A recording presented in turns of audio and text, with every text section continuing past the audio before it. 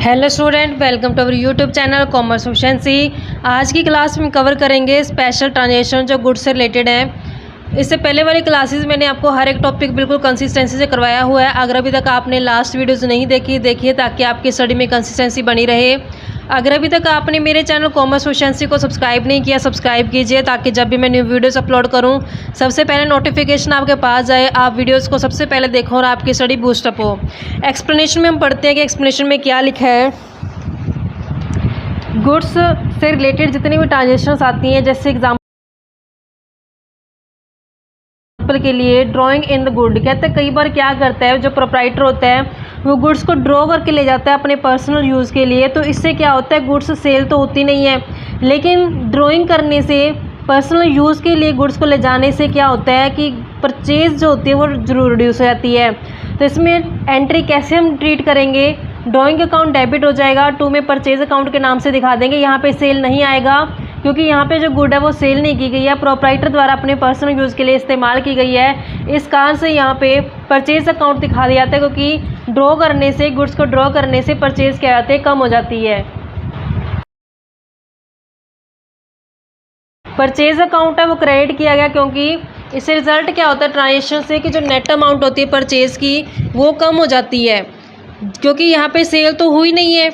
Cell से क्या होता कि यहाँ पे सेल अकाउंट को क्रेडिट इसलिए नहीं किया क्योंकि यहाँ पे सेल है जो टेकन प्लेस नहीं हुई है।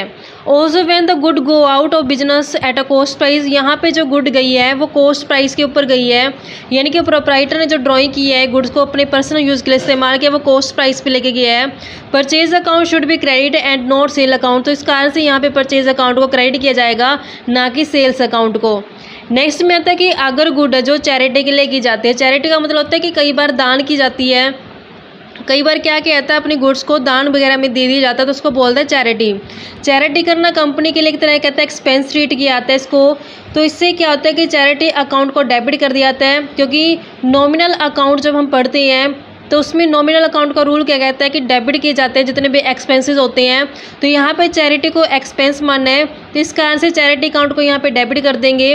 गुड्स आर गोइंग आउट, तो इससे गुड्स क्या ये चली गई हैं, लेकिन गई किसके ऊपर है, कॉस्ट प्राइस के ऊपर। हैंस परचेज क्या हो जाएगी, इससे रिड्यूस हो जाएगी to the extent and such, जितना चैरिटी किया गया है उस लिमिट तक गुड्स क्या हो चुकी है, कॉस्ट प्राइस पे रिड्यूस हो चुकी है। इस कारण से परचेज अकाउंट को क्या कर दिया जाएगा, क्रेडिट कर दी जाएगा।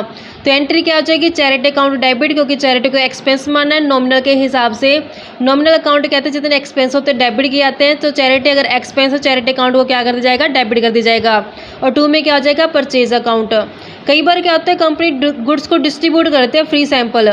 फ्री सैंपल में क्या होता है एक तरह के गुड्स के लिए अपनी एडवर्टीजमेंट कर देती है कंपनी, क्योंकि जब कंपनी अपने गुड्स के फ्री सैंपल डिस्ट्रीब्यूट करती है तो उससे लोग क्या करते हैं, इस्तेमाल करते हैं। अगर उनको बढ़िया लगता है प्रोडक्ट तो नेक्स्ट टाइम पे वो क्या करेंगे, परचेज करके लेके आएंगे उस प्रोडक्ट को। तो ऐसा करने से कंपनी क्या कर रही है, एक तरह का अपने प्रोडक्ट को एडवर्टीजमेंट कर रही है।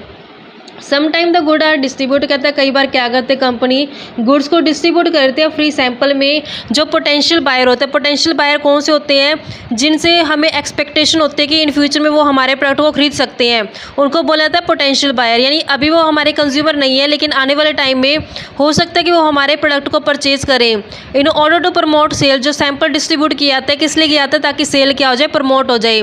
क्योंकि सैंपल जब डिस्ट्रीब्यूट किए जाएंगे कंज्यूमर्स को इस्तेमाल करेगा, तो अगर उसको बढ़िया लगेगा तो वो प्रोडक्ट को क्या करेगा, परचेज करेगा, जिससे सेल क्या हो जाएगी, प्रमोट हो जाएगी। As such free samples can legitimately be treated as expense advertisement. तो यहाँ पे जो फ्री सैंपल डिस्ट्रीब्यूट किए गए हैं उनको क्या ट्रीट किया जाएगा, एक तरह का एक एडवर्टीजमेंट ट्रीट किया जाएगा। तो एंट्री क्या हो जाएगी, एडवर्टीजमेंट एक्सपेंस अकाउंट डेबिट कर देंगे, टू में क्या हो जाएगा, परचेज अकाउंट, क्योंकि यहाँ पे फ्री सैंपल किसके काम कर रहे हैं, एक तरह का एडवर्टीजमेंट का काम कर रहे हैं। नेक्स्ट आता है loss of good by theft और लॉस बाय फायर। कई बार क्या होता है कि आग लगने से गुड्स का नुकसान हो जाता है या फिर चोरी हो जाती है, उस कारण गुड्स का क्या होता है, नुकसान हो जाता है। अगर लॉस बाय थेफ्ट है तो थेफ्ट अकाउंट को ओपन कर देंगे। अगर लॉस बाय फायर है, आग लगने से नुकसान हो, तो लॉस बाय फायर अकाउंट को डेबिट कर देंगे। टू में परचेज अकाउंट क्रेडिट कर दी जाएगा। कई बार क्या करता है प्रोड्यूसर अपने गुड्स के इंश्योरेंस करवा लेते हैं, तो जब अगर उसने इंश्योरेंस करवाया तो इंश्योरेंस के केस में एंट्री क्या आ जाएगी, नेक्स्ट इंश्योरेंस कंपनी या फिर इंश्योरेंस क्लेम अकाउंट डेबिट कर देंगे, क्योंकि जितना भी नुकसान होता है वो इंश्योरेंस कंपनी से क्लेम किया जाता है कि उसके नुकसान की भरपाई करे। तो लॉस बाय थेफ्ट या लॉस बाय फायर जो भी केस रहेगा, यहाँ पे अकाउंट जो ओपन किया है, यहाँ तो चोरी होने से नुकसान हुआ है या आग लगने से नुकसान हुआ है, तो यहाँ पे हम क्रेडिट कर देंगे उसको। तो यहाँ पे जब क्लेम किया जाता है इंश्योरेंस कंपनी से, ज़रूरी नहीं कि सारे का सारा क्लेम है जो इंश्योरेंस कंपनी पूरा कर दे, क्योंकि कंपनी क्या करती है, अच्छे से जांच पड़ताल करती है, उसके बाद ही कंपनी को जो वो कंपनसेट करती है जितना उसका नुकसान होता है। तो अगर मान लो कि सारे का सारा जो नुकसान किसने भरपाई कर दी, इंश्योरेंस कंपनी ने, तो उस केस में एंट्री क्या हो जाएगी, बैंक अकाउंट डेबिट और इंश्योरेंस कंपनी हो जाएगी, क्योंकि यहाँ पे बैंक पैसा मिल जाएगा कंपनी को, तो बैंक आ रहा है तो डेबिट हो जाएगा। यहाँ पे हमने इंश्योरेंस कंपनी को क्या किया था, डेबिट किया था। जब इससे पैसा रिसीव हो जाएगा तो क्या कर दें, इसका अकाउंट क्लोज कर देंगे, टू में इंश्योरेंस कंपनी कर देंगे। कई बार क्या होता है कि इंश्योरेंस कंपनी पूरा क्लेम नहीं देती है जितना नुकसान होता है, तो उस केस में क्या करते हैं, जितना क्लेम मिल गया वो बैंक अकाउंट से दिखा देंगी, जितना क्लेम रिकवर नहीं हो उसके लिए profit and loss account open कर देंगे। कई बार क्या होता है कि कंपनी इंश्योरेंस कंपनी पूरा क्लेम 100% नहीं देती है, अगर मान लो 60% क्लेम दे दिया तो बैंक नाम से आ जाएगा, 40% जो नहीं क्लेम दिया कंपनी ने तो वो यहाँ पे प्रॉफिट एंड लॉस अकाउंट के नाम से आ जाएगा। तो में क्या आ जाएगा, इंश्योरेंस कंपनी, क्योंकि यहाँ पे जो क्लेम किससे रिकवर हो रहा है, इंश्योरेंस कंपनी से क्लियर हो रहा है। तो यहाँ पे ये जो आपको टॉपिक मैंने कवर कराया एग्जांपल से और भी बेटर तरीके से क्लियर हो जाएगा। इसके लिए हम एग्जांपल पढ़ते हैं 20s। स्टेटमेंट में लिखा कि प्रोप्राइटर ने विड्रॉ कर लिया अपने पर्सनल यूज़ के लिए, कैश 20,000 ले गया और गुड कितने ले गया, 10,000। अब इसकी हम एंट्री कैसे करेंगे, जब प्रोप्राइटर अपने पर्सनल यूज़ के लेके जाता है तो उसको क्या बोलता है, ड्राइंग। तो यहाँ पे हम ड्राइंग अकाउंट को क्या कर देंगे, डेबिट कर देंगे। ड्राइंग अकाउंट डेबिट कर दिया जाएगा। जो गुड्स पर्सनल यूज़ के लेके गया उसके लिए कर देंगे ओपन परचेज अकाउंट। तो 2 में क्या आ जाएगा, परचेज अकाउंट। जो वो कैश लेके गया तो 2 में क्या कर देंगे, कैश अकाउंट।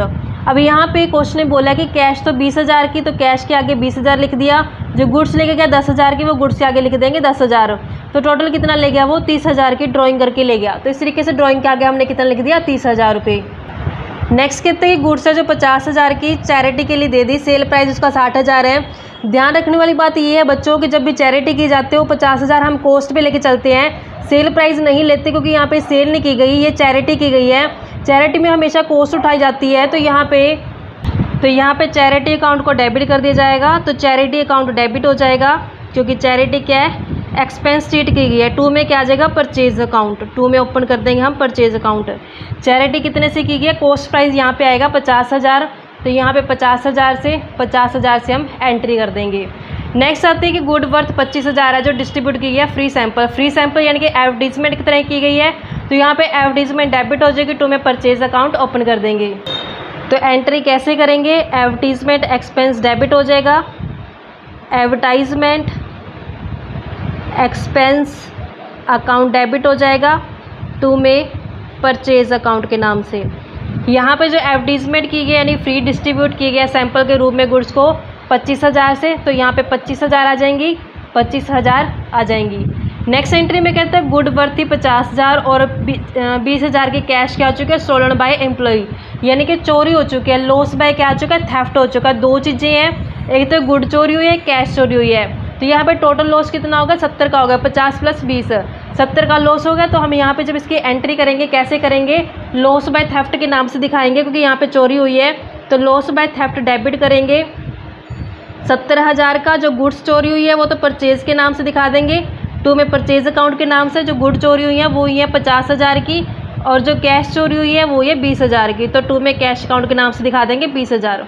तो इस तरीके से इसकी एंट्री कर देंगे। नेक्स्ट में कहते हैं गुड्स ही 1 लाख रुपए की डिस्ट्रॉय हो चुकी है फायर द्वारा।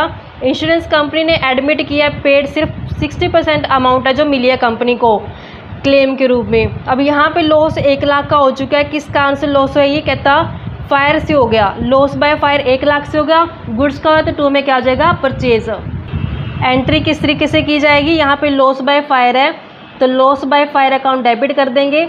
Loss by fire account debit कर देंगे। गुड्स लॉस हुई है तो 2 में क्या आ जाएगा, परचेज अकाउंट।